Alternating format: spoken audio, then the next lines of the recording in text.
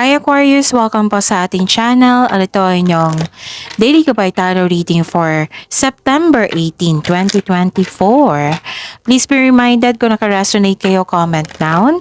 Kung hindi kayo naka-resonate, ibigay niyo po sa iba kasi general reading po ito. This is for you, Aquarius, ngayong September 18, 2024.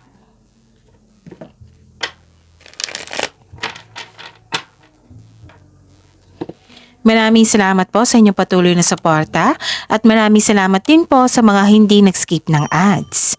Gamitin ang reading na ito bilang gabay lamang sa mga hindi po subscribe na po kayo at click bell notification para malaman nyo na may bago tayong video. Para sa mga gustong magpa-reading po, may lumabas dyan sa screen nyo ngayon. Panoorin nyo po at sundin ang instruction. Calling the attention sa mga suki ko dito na Aquarius. Open na po ang inyong monthly gabay tarot reading for September 2024. May 6 months from now reading tayo at love life reading po. So message me Aquarius for schedule. Maraming salamat po.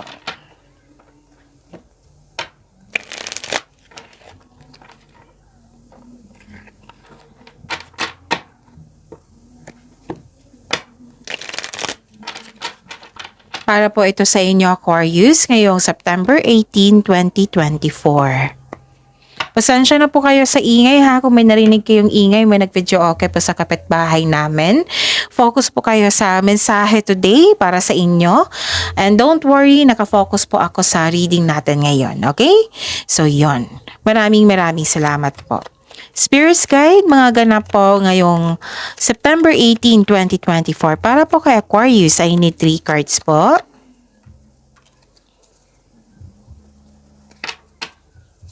Para po kay Aquarius, September 18, 2024. So, another card po. Aquarius, September 18, 2024. Okay, ayusin lang natin. Kuha tayo ng mensahe. Spirits Guide, mensahe nyo po para kay Aquarius ngayong September 18, 2024. I need 2 cards po. Oops, lumabas. Another card po, message po para kay Aquarius. Okay. Ngayong September 18, 2024, para po kay Aquarius, may binigay na opportunity sa inyo na kailangan yung bigyan ng desisyon. So, paano makagawa ng best decision? Konkretong plano ay kailangan. Oo, makagawa kayo ng best decision yan for sure, Aquarius. And nakita ko dito may parating na pera sa inyo. Pwedeng cash ito, pwedeng cheque, which is expected nyo po ito, Aquarius. So, claim nyo yan. Claim nyo itong opportunities nito, claim nyo itong parating na pera sa inyo. Okay, pwedeng natanggap nyo ito ngayong araw na ito. So, expected nyo po ito ha. Tapos may nalaman kayong intensyon ng isang tao. Actually, may kausap kayo ngayon. Pwedeng favorite person mo ito. Pwedeng mentor, advisor, amo, boss. Oo. Nang siyang nagbigay sa iyo ng authority, protection. Siya yung dahilan ng nagkaroon ka ng motivation, na inspired kayo ulit. Nag-uusap po kayo regarding sa big business, sa negosyo, sa trabaho mo, sa finances mo, nag-uusap po kayo. Yun nga, ang ganda kasi through this person, na-motivate kayo ulit, inspired kayo ulit for taking an action, ganon. Nagbigay ito ng protection, authority, nasunod yung gusto mo, and ano pa, yun. So, ang mensahe po para sa inyo Aquarius is, it's time to take an action. May action din dito, may action din dito. So, I consider na busy kayo ngayong araw na ito, Aquarius. Balance spirituality and practicality. So, kailangan ng pag-iisip dito. Pero, beware lang po ha. So far, wala pa naman ako nakita dito na stop overthinking ha. Pagbalanse lang po ay kailangan. Pagbalanse, balance spiritually and practicality. Okay? Spirits Guide, ano po yung energy ni Aquarius ngayong September 18, 2024? I need 2 cards po. Kailangan ko magsalita ng magsalita kasi baka marinig nyo yung hirit ni ate. Oo, nag-video okay kasi. The clarification of this card po para po kay Aquarius, September 18, 2024.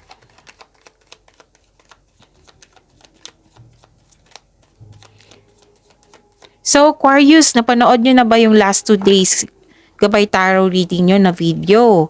Oo. Yung isa is weekly Gabay Tarot reading na nakafocus sa career and money. Oo. At yung isa yung kahapon. Panoorin nyo po. Kung napanood nyo ito, panoorin nyo po yung last 2 days video reading nyo. May napansin kayo niyan, repeating message. Kailangan nyo po iyan bigyan ng atensyon. Kung maaari po, bigyan nyo po ng solusyon at aksyon. Again, calling the attention sa mga suki ko dito na Aquarius, open na po inyong 1 GB tarot reading for September 2024. May 6 months from now reading tayo at love life reading po. So message me Aquarius for schedule. Maraming salamat po. Okay, may reminder po ang card nyo po dito sa inyong energy, Aquarius. Be confident kasi busy kayo ngayon. Okay? Be confident.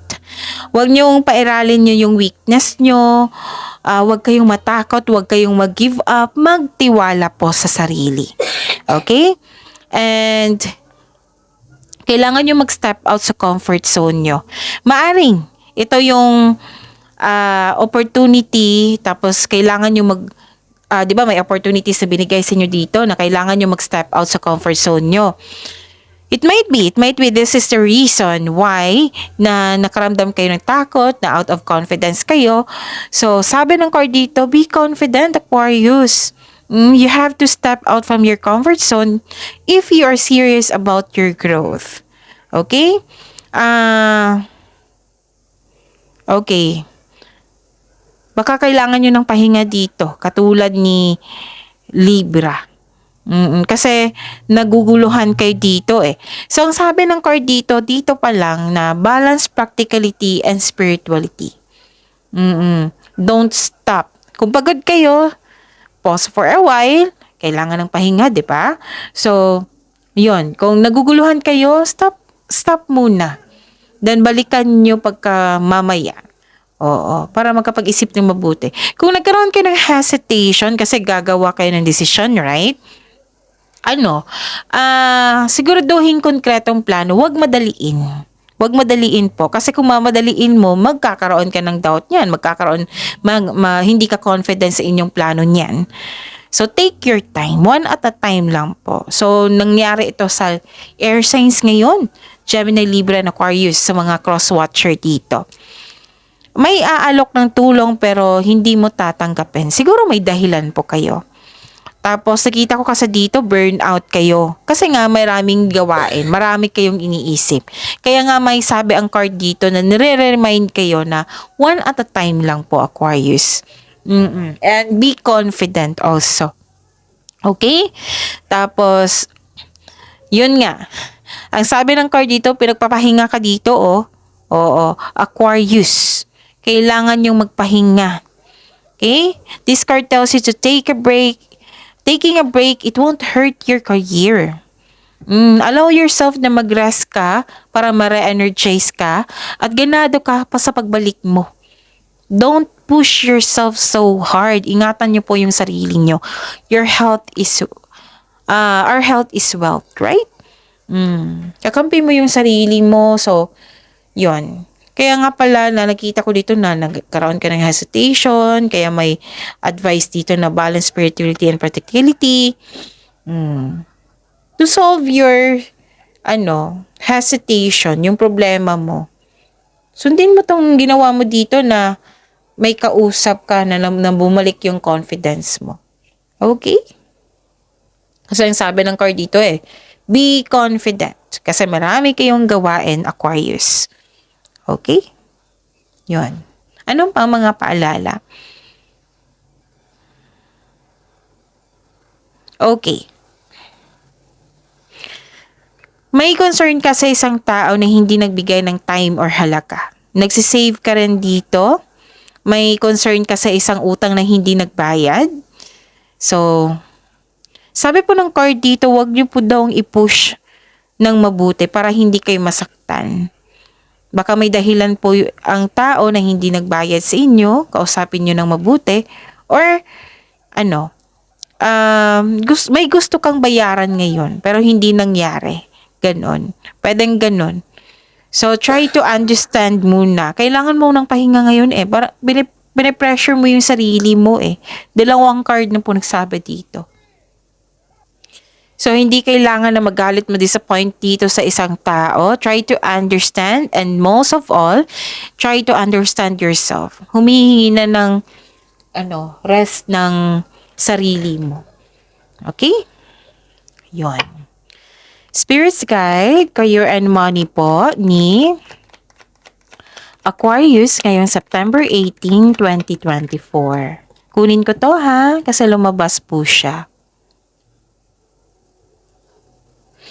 And the clarification at this card po. Sa Career and Money ni Aquarius, September 18, 2024.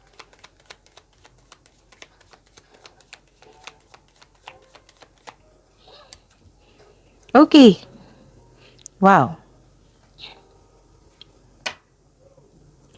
Yun panoorin nyo po yung weekly Gabay Tarot reading nyo. Nakafocus po iyon sa Career and Money. Last 2 days po, na-upload po, Aquarius. May makukuha kayong karagdagang mensahe doon sa Career and Money nyo.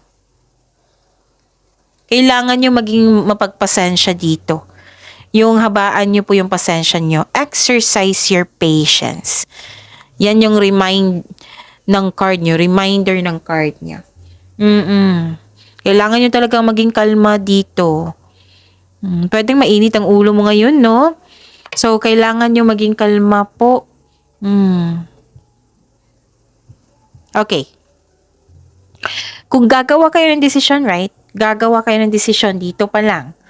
May nakita ko dito na nainip ka, nagdesisyon ka na hindi nagkaroon ng plano. So, kung hindi naagapan nyo po ito ngayon, kung gagawa pa kayo ng desisyon, siguraduhin talaga na konkretong plano yan para makagawa kayo ng best decision. This is a repeating message, so give attention, Aquarius.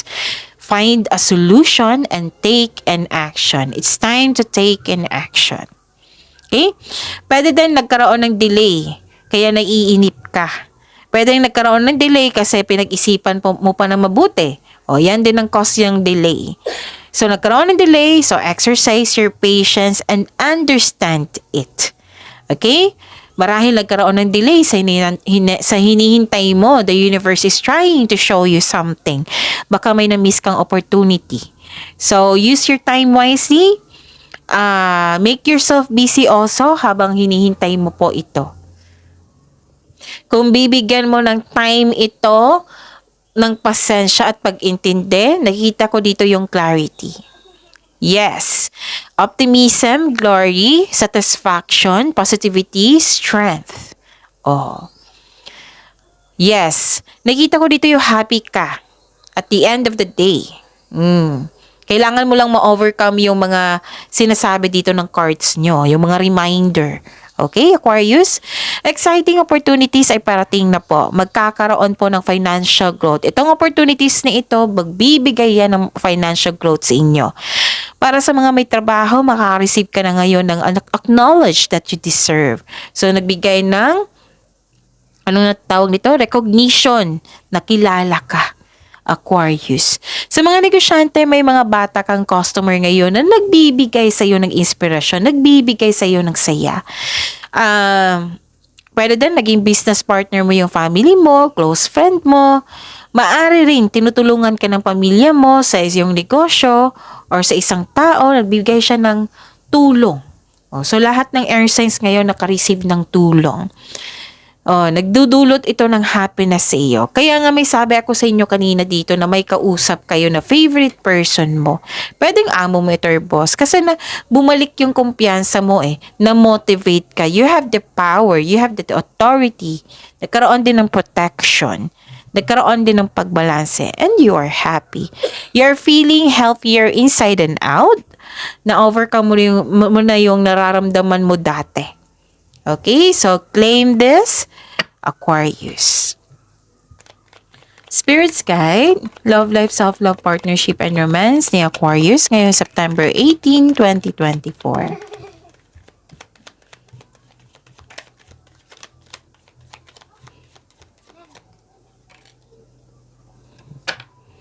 The clarification of this card po.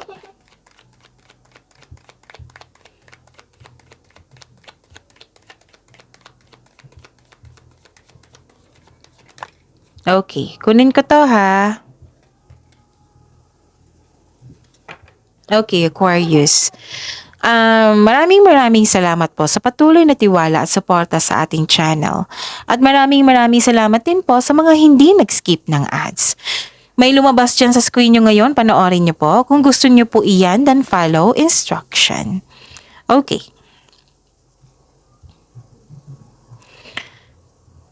Sa mga single dito, some of you, nagmamadaling magkaroon ng relasyon. Okay? Ang advice ng card nyo po dito, na slow down lang po, Aquarius. Enjoy the adventure in this moment. Like, kakilala mo lang siya, get to know, napasa stage kayo na getting to know each other. So, enjoy mo po daw yung moment na yan. Kasi andyan yung super kilig. Take your time. Kaya kailangan natin maging wiser. At saka ang ganda ng mensahe po para sa inyo. The universe is bringing the right relationship to you at the right time. Kaya konting hintay lang po. Trust and have faith.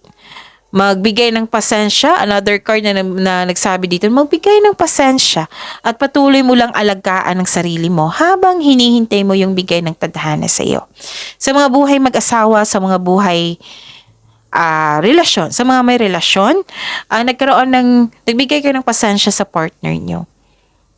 At ang dahil ito, magkakaroon ng growth sa inyong connection, sa inyong relasyon. Okay? So, yon. Ano pa?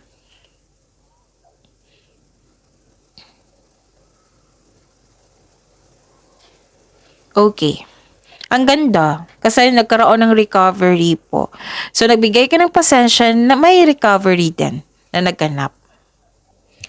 Yes. You're healing yourself from a heartbreak. Nag-let go ka sa mga pain at masasakit na alaala. Kahit hindi ka okay or disappointed ka, nag-make move ka for recovery and releasing of pain. Okay? This period of sorrow won't last forever po. So look to the future with hope for new experiences. So this card is a reminder na you should avoid bringing your fear of heartbreak into a new situation. Hindi ibig sabihin nagkamali kayo noon, magkakamali ngayon. Why? Kasi kukunin mo yung learnings mo sa nakaraan para ma-apply mo para maiwasan mo yung mga pagkakamali noon. Okay? So this is very good. I'm happy for you, Aquarius, kasi naka-recover ka na. Na-release mo na ang dapat ma-release. And nagiging okay kayo. Nagkaroon ng growth. Nang dahil sa nagbigay ka ng pasensya. Yes. Nagbigay ka ng pasensya at pag-intindi. Okay? Kasi nakita ko dito malungkot ka sa nakaraan. And I'm happy kasi you're happy now. Nagkaroon na ng solusyon, naka-decide ka na, may nag-support sa iyo, you're taking an action na sa mga dapat gawin, nagpahinga ka eh. This is a confirmation, nagpahinga ka. Kasi yan yung kulang sa iyo. Nagpahinga ka, nagbalanse ka sa spirituality and practicality. Ayan. Gusto mo matupad yung pangarap mo sa buhay. Kaya binibigyan mo talaga ng action. Okay? So, remind lang po sa mga reminder dito na kung kailangan ng solusyon, bigyan niyo na po ng solusyon at aksyon. Okay? Give attention pag repeating message yan. And claim positivity. Importante po yan. Positive affirmation. Claim this happiness, this success, this growth and this recovery. Yan. This opportunity also. Opportunities yan na kailangan pag-isipan ng mabuti. So, I'm hoping makagawa ka ng best decision yan. So, yun. Focus sa makontrol nyo. See you tomorrow, Aquarius. Please like, subscribe, and click bell button for notification para updated po kayo sa daily tarot reading natin. Maraming salamat po.